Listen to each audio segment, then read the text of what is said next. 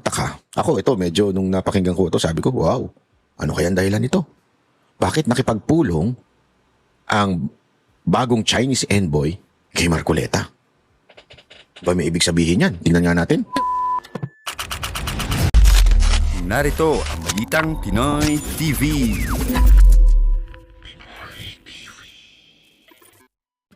Magandang araw mga banateros, at eto na nga, mainit na mga balita ang ating i-reaksyonan ngayon at ibabalita sa inyo. Naku po, grabe ho ah. Pero bago po mangyari ang mga ganyang klaseng usapan, ulitin lang po natin ha mga kababayan, baka naman pwede mag-subscribe na po kayo kasi sa mga nanonood, 52% hindi nakasubscribe. Pero alam nyo ha, nakita ko yung statistics ha, medyo umaangat na po ito. Marami na po ang nanonood na nakasubscribe.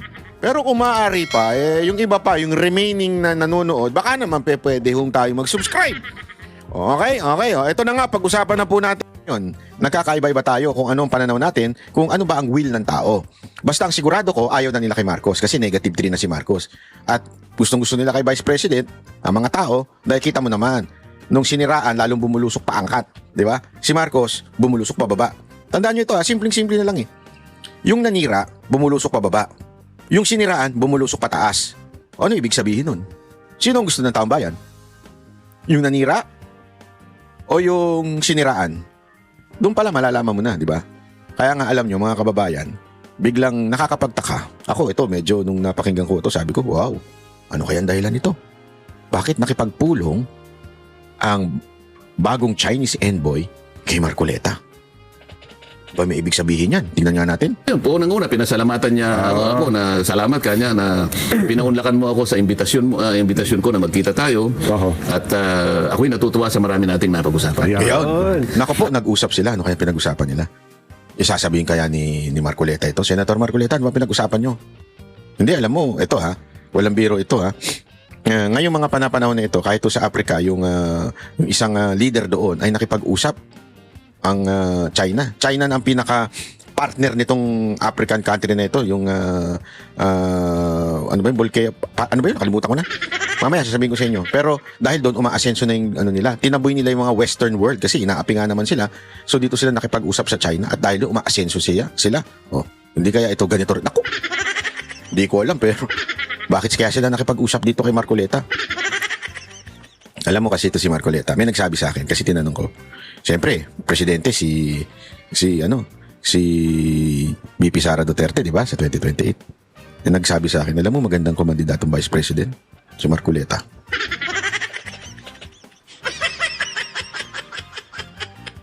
Hudyat kaya ito? Hudyat kaya ito? Na may sumusuport. Kasi alam mo, ito, whether you like it or not, malaking bagay yan. Yung suporta ng ibang bansa sa isang magiging leader. Di ba? I mean, sa lahat-lahat naman. Sa dami-dami namang i-invite ng Chinese ambassador. Bakit si Marcoleta? Naku po. At isa nga sa gusto ko sanang makadaupang palad ay yung Secretary Gibo. Kanya pa eh. Yung pagkakasulat niya, Gibo pa eh. Gibo talaga. No? Sana isang araw makapagkapit tayong tatlo. Pag nagkita kami ni Secretary Gibo, pakikita ko sa kanya. Para wala naman siyang masabi, nakala niya gawa-gawa. Pakikita ko yung text message. Ayun na nga. Diba? Tama po. So nakikita mo talaga siya. Gusto niya talaga na magkaroon talaga ng pag-uusap sa lahat ang dapat kausapin. Naitanong niyo ba, Sen, kay... So baka mamaya sasabihin ng mga nakikinig naman, si pro-China na naman. Alam po ninyo, kayo pong lahat na nag-iisip ng ganyan. Sana makita ninyo ang katwiran na kaya ko lamang po ginagawa ito. Ang tinitingnan ko po. Yung palang bansa, yung Burkina Faso, sa Africa na nakikipagtulungan na sa China. At ang kanilang presidente ayaw sa western countries na pangalan nito si Traore. Hindi Tore kapangalan lang niya.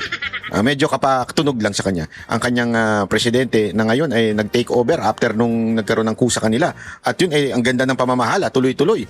At ngayon talaga namang nakikipagtulungan sa China. Kasi sa China, walang problema. Hindi kami makikialam sa inyo. Basta kami lang gawa gayong trend. Kami gawa yung trend. Kayo bayad. Kasi kami negosyante. Kayo gawa, bala kayo sa plano nyo. Kami negosyante lang. Ganon sila Ganon ang China tuloy natin. Bakit kaya may mga ganitong eksena? Yung interest ng ating bansa. Actually, tatanong ko sana Sa maniwala kayo o hindi. Opo, bago sa tayo lumipat ng paksa, yun ang sana sabihin ko, pasubali doon sa ating mga Hindi ako, kabayan. unahan na kita. Nababasa ko yung isip mo eh. Baka kasi mo ikat na naman ito, ikat, at pagkatapos nakita nyo na yung tatlo yan. Pero sa palagay ko, wala na masyadong maniniwala sa mga yan. Ayaw. Kailangan lang kasi akala. Tama ka dyan, Senator Marcoleta. Wala na maniniwala sa mga pinglawan-dilawan at saka higit sa lahat yung mga tuta ng Amerika na mga nasa gobyerno. O bakit? Kinakailangan ba nating makipag-away? Yan. Ang sabi nga niya, alam mo, I do not believe that negotiation should be a zero-sum game. Tama naman opo. Lahat, wala dapat nawawalan. Dapat lahat nakikinabang. Yun ang balanse na pakikipag-usap. Yun palang zero-sum game ang ibig sabihin. Hindi man naitanong san, bakit kayo ang gusto Sa lahat ng mga mababatas. lahat ng senador. Meron namang Senate Committee on Foreign Affairs. Ikaw naman, ba't mo ba itatanong ka naman yan? Kung Baka naman isip-isip, itong mga taong ito, inimbita ko na nga eh. Tinatanong mo pa. Tinatanong mo, ba't hindi ko pa inimbita yung iba? Huwag naman yung ganun ka. Di sa inyo na namin tinanong. sa tingin nyo, bakit kaya kayong napili na Opo. makausap? Sen? Kabay malay ko. Isang araw, imbita natin yung ambassador ng China. Opo, bakit? Sa Malay mo naman, baka naman inimbita rin. Sa listahan mo, wala pa. Wala pa eh. Wala pa eh. Kaya nga, Wala pang lawmakers, ano? Wala 1 pang... month pa lang naman siya eh. Opo. Malay mo naman, sa susunod na mga buwan, maisip naman niyang... Ang speaker naman siguro. hulaan ko na Sen kung bakit kayo ang inimitahan. Kasi magaling siyang mag-research eh. Nalaman na magkakababayan kayo ni Secretary Yubo na nais na Hindi, actually, yan nga yung matinding katanungan. Bakit nga ba nakipag-meeting talaga? Alam mo, tandaan ninyo, siyempre, hindi naman nila sasabihin ng totoo. Sa tingin ninyo, mga politiko na yan, sasabihin nila yung totoo, ba't nakipag-meeting? Hindi, I don't think so. Kanila na lang yan. Pero ang tanong dyan, bakit kaya talaga nakipag-meeting itong China kay Marcoleta? Tandaan ninyo, palapit na ng palapit ang 2028. Ako, ito lang nga sa akin, palapit na ng palapit ang 2028. Nakikita naman natin ang diskarte ng ibang galawan ng mga ibang mga foreign leaders pagdating sa mga panahon ng mag-i-election na. Kanya-kanya na rin silang suporta kung sino ba ang makakatulong para sa kanila. Tandaan niyo, lahat naman po yan ay para sa kanila. Kung makipag-usap man ng Amerika, gusto nila para sa kanila. Kung makipag-usap man ng China, abay gusto nila para sa kanila. Yan naman talagang concern nila eh. Di ba? It's always their people, their country. Yan ang kanilang priority. Which is, there's nothing wrong with that. Kaya lang, tayo mga Pilipino, ang merong maling pananaw tungkol dyan. Kasi kesa na sana isipin natin kung ano yung mapapala natin, di ba? Ang iniisip natin, iba. Hindi ko nga maintindihan bakit ganun eh. Kung ano pa yung ibang bansa marunong mag-isip para sa kanilang sarili, yung bansa natin hindi marunong mag-isip kung para kanino. Yung ating mga nasa oposisyon, nasa gobyerno. Ang iniisip, anong kapakinabangan ng Amerika? Siguro, baka nag-isip lang yan ng kapakinabangan nila pagdating sa nakawan. Pero pagdating sa pakinabangan ng sino ang dapat nating makipagtulungan, ang iniisip lang nila, itong Amerika. Sa bagay, kung meron ka nga namang perang hindi mailabas ng Amerika, sino kakausapin mo? Ala naman yung China. Sino kakaibiganin mo? Ala naman yung China. Siyempre, kakaibiganin mo, Amerika. Di ba? Kaya nga, yan ang bulong-bulungan ngayon na etong si Marcos, kaya nakikipag-usap sa Amerika, nakikipagkasundo, dahil doon sa mga atraso niya, bank account nila, na hindi mailabas sa Amerika. Kaya todo-todo sip-sip nila sa Amerika. Yan ang mga usap-usapan ngayon sa social media. Pero ngayon, alam natin na magpapalit na ng presidente soon. Sabi nga nila it's just, although it's 3 years, 26 na ngayon, 2 years, parang 1 year na rin yan. Starting next year, 27, dyan na nagsisimula ang kanya-kanyang pagsuporta doon sa mga posibleng maging leader. Ito kayang hakbang ng China na pakikipag-usap kay Marcoleta ay merong kaya itong kaugnayan doon? I-comment nyo nga dyan kung ano sa tingin ninyong kinaugnayan yan. Kasi ako parang yan ang naiisip ko eh. Parang merong dahilan. Hindi naman out of nowhere na gusto kitang kausapin. Kwentuhan tayo, inuman tayo. Hindi naman pwedeng ganun, di ba? Laging may agenda yung mga ganyang klase. Actually, hindi nga masyado na ibalita ito eh. Pero alam na natin na mukhang may pinaplano. Hindi natin alam. Ito may papakita ako sa inyo dito. Kasi natatawa lang ako dito eh. Yung awayan ni Claire Castro at ni Magalong. Tingnan niyo kasi si Magalong, issue ngayon yung palakasan. Alam nyo, ito, naging karanasan ko din ito sa mga humihingi ng tulong. Kasi siyempre, sinasabi, nababanggit ko at nakikita nila siguro sa mga picture na nakakapictura natin ng ilang mga opisyal ng gobyerno. Lagi silang lumalapit sa akin na akala na naman makakatulong ako which is hindi naman po ako ganun na kausap ko minsan, nakaka-picture ko yung mga politiko, pero hindi po ako kasi yung bida-bida, epal-epal na tulad ng ibang mga vlogger dyan. Minsan humihingi sa akin, hihingi ng guarantee letter.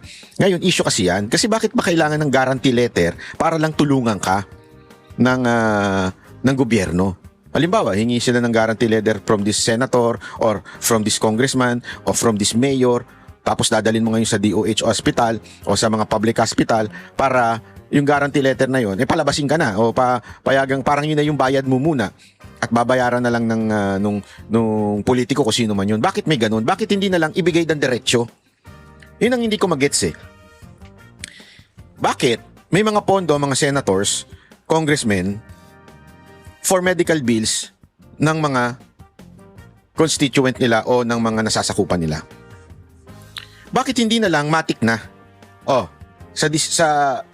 Sa lugar na ito, halimbawa, sa city na ito, City A, bibigyan namin kayo ng 50 billion para sa mga magpapa-ospital.